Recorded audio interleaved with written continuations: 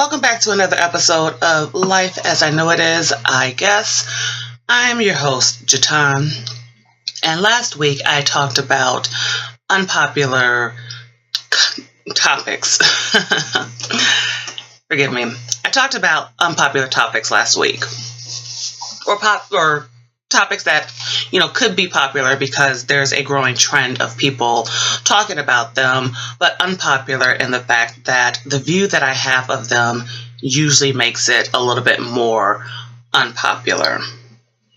And I'm going to do that for this episode as well because I promised last week that I was going to talk about my feelings on men's rights, and so I do want to do that, and I do want to get that out of the way. This is something that I think for me has been even more popular, or not popular, but I've grown a bigger passion for it because I do believe, and to a degree I've always believed, that there has been a sort of unfairness when it comes to treatment of men, and I think that it is growing worse, especially as we, continue to come into this place of, the third wave feminist, where everything is so much about forcing men to give women their way and,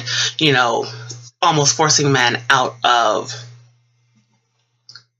where they are just to give it up to women. I'm trying to find, it's one of those things where you're trying to find a nice way to say it, but at the same time, it sort of is what it is. And one of the biggest reasons that I tend to be an advocate more for men is because of the experiences that I've seen men go through when it comes to things like divorce and when it comes to things like child support. I think it is incredibly unfair for men to have their lives ruined because the courts are automatically biased toward the women. A number of years ago, I remember reading an article about what Brian Urlacher was going through, and I found that to be horrific, because to say that a man can't spend time with his child essentially because the woman wants to fight it because all she wants is a paycheck, I find that incredibly saddening, but I find that anger-inducing as well. And so when I look at some of these trends, like I see the MGTOW trend and, some of the other things that are similar to that, it comes to a place where I can't necessarily say that I blame them because I understand why men are starting to feel the way that they are feeling. I still have disagreements with them on that, but I understand. And it stems from this place of unfairness, and it stems from the fact that people have the tendency not to want to point out the unfairness that happens to men because we look at it as if, we've turned women into children. We've turned them into infants. We've said, they must be taken care of. And then, who's the one who has to take care of them? It usually ends up being the men who have to take care of them. But at the same time, men are being rejected as well and are being told, don't be a man. Don't do what comes natural to men. Don't be the protector. Don't, be the breadwinner. Don't, be strong. Don't any of that, because we're getting to a place now where it's like we're making men into these weak beings. And for me, that really kind of stems mostly from this progressive movement. And that's a whole other video in and of itself, and it's not necessarily something I want to tackle because I could talk for hours about my feelings for the progressive movement. But all of these are things that come as part of it. The more that we say children can't handle things, the longer that we extend childhood, the more that, feminists say that women are too stupid or too infantile or, too whatever. to be able to handle things. And again, I know that's not what they say, but when you make it to where you complain about women being Second Amendment advocates, because I'm a Second Amendment advocate, I actually love going to the gun range and shooting. I love the idea of guns. I love learning about self-defense. I love all of those things. I think that that is the best thing that a woman can do to feel empowered about herself. But this third wave feminist movement seems to be against that. When you're pushing for things like abortion on demand, because that's another reason why I believe that it's unfair, because what happens to the men who actually either don't want to be a father or want to be a father and are told that they don't have a decision at all?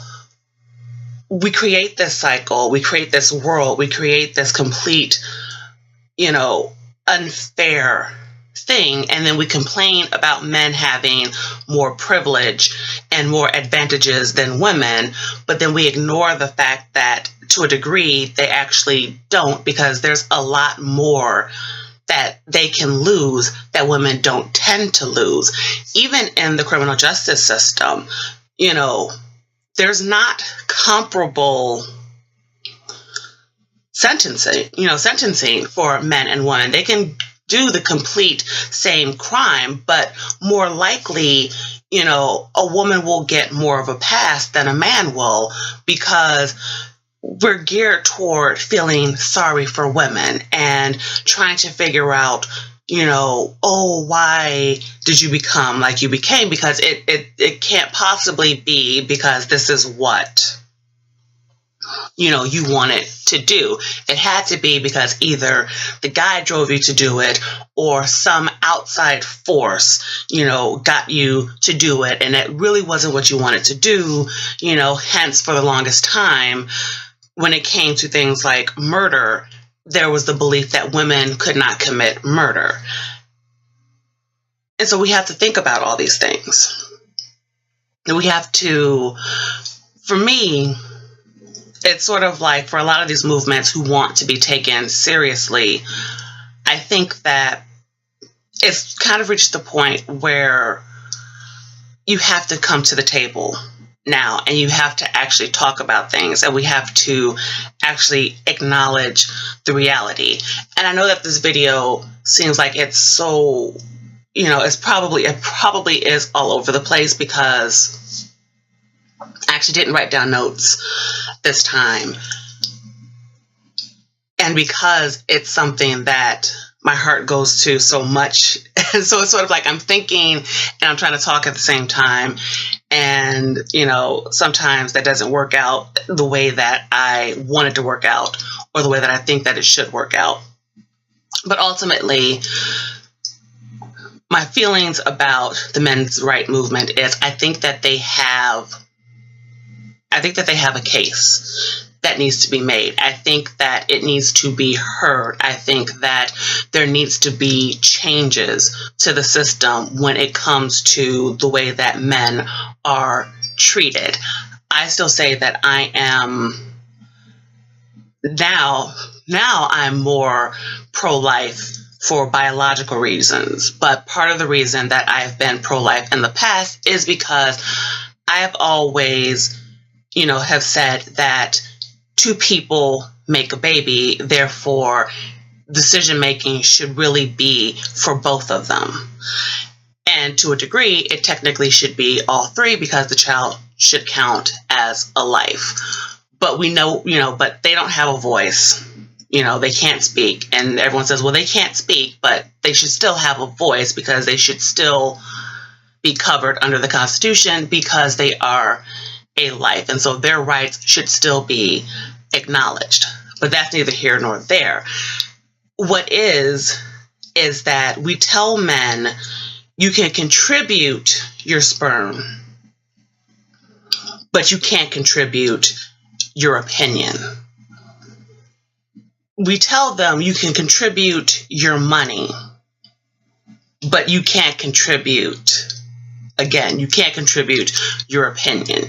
You can't talk now, on college campuses. It's becoming even more unfair toward men because now you're telling them, oh, you must now let women speak before you speak, or you must acknowledge your male privilege, or you have to feel bad about yourself. And, it's almost like kind of like the old-fashioned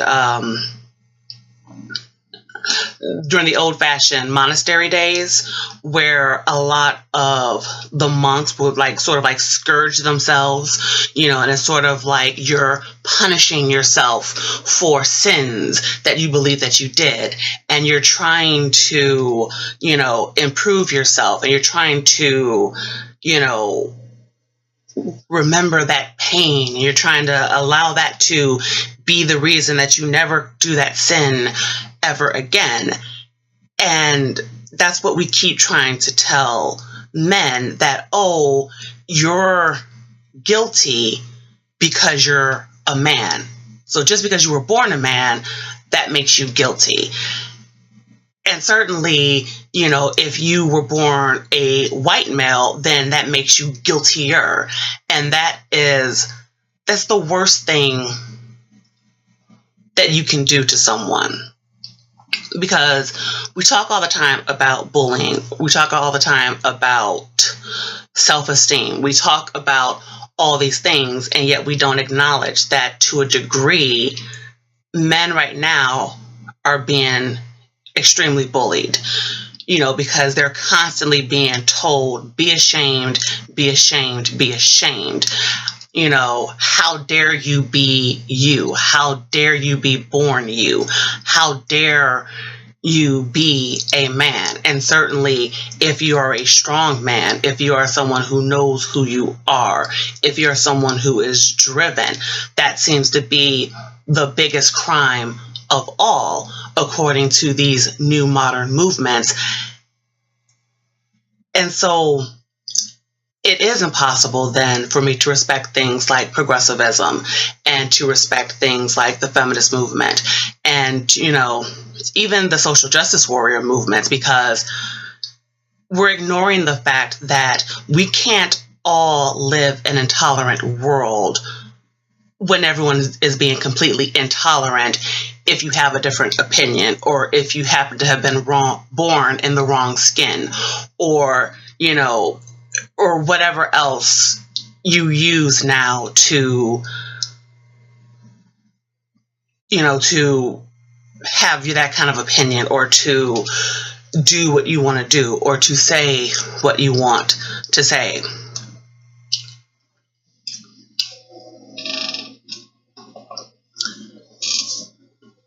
And I feel bad, and I feel that, again, changes should be made. I do believe that I've always believed that the system is broken. It's why for the longest time I didn't like politics, because I believe that the government has been a broken, failing system for the longest time. Now, as I've gotten older and as I've become more of a conservative, I believe it's because we turned around and we allowed the progressive movement to come in and change the way that we do things. And this push for socialism is the worst thing that could possibly happen to us. But it is what it is, and we are where we are. So the thing becomes, how do we then now deal with the system as it is? How do we fight for the rights of men? How do we fight for, how do we actually fight for more fairness for men in particular? Because I don't believe that women are as disadvantaged as they keep trying to say that they are. And if they are, it's sort of like how I feel. It's sort of like how I feel with the Black Lives Matter movement. I believe that's more a mentality. I believe that if you look at statistics, it does not bear out what you're saying. I do believe that you can't really make a case about everybody being racist against you and everybody just picking on you when Black crime statistics completely outweighs, the percentage of Black population that's in the United States. this is sort of the same thing. I don't believe that the feminists could even have a point when there are already laws on the book about equality and non-discrimination and things like that. But you can't be taken seriously if you won't take seriously the plight that men go through, especially during, like I said before, during divorce proceedings, during, because again, custody battles are they automatically are geared to think and lean more toward the women. And a lot of times the women may not actually be the best place for the child, but we're conditioned to believe that the children need their mother more than they need their father. And yes, we need both parents. But in a place of separation, you still can't and shouldn't take away the rights of the father because the mother is complaining. And let's be honest, when you have women who will gladly use their kids against the father of their children, again, this is one of those things you can't be taken seriously if you won't take other movements seriously as well. And it is time that people come together to have actual dialogue, actual conversations, and I believe bring actual facts and not, fake facts, because I do believe that there's a growing trend of fake facts.